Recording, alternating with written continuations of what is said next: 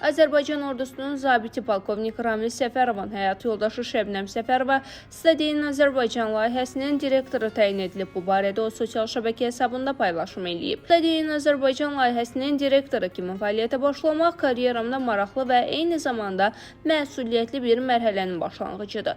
Elm və Təhsil Nazirliyinin təşəbbüsü ilə həyata keçirilən Stadiyin Azərbaycan, Azərbaycanın ali təhsil sisteminin beynəlxalq səviyyədə tanınması, ölkəmizin təhsil imkanlarını xarici tələbələr üçün daha cəlbedici edilməsi və beynəlxalq əməkdaşlıqların genişləndirilməsi məqsədi daşıyan dövlət özəl tərəfdaşlığı modeli əsasında qurulmuş milli təşəbbüsdür. Layihə çərçivəsində əsas fokuslarımızdan biri tanıtım və qəbul mərhələlərindən başlayaraq viza və yerləşmə dəstəyi, eləcə də inteqrasiya proseslərini əhatə edən vahid rəqəmsal və institusional ekosistemin formalaşdırılmasıdır.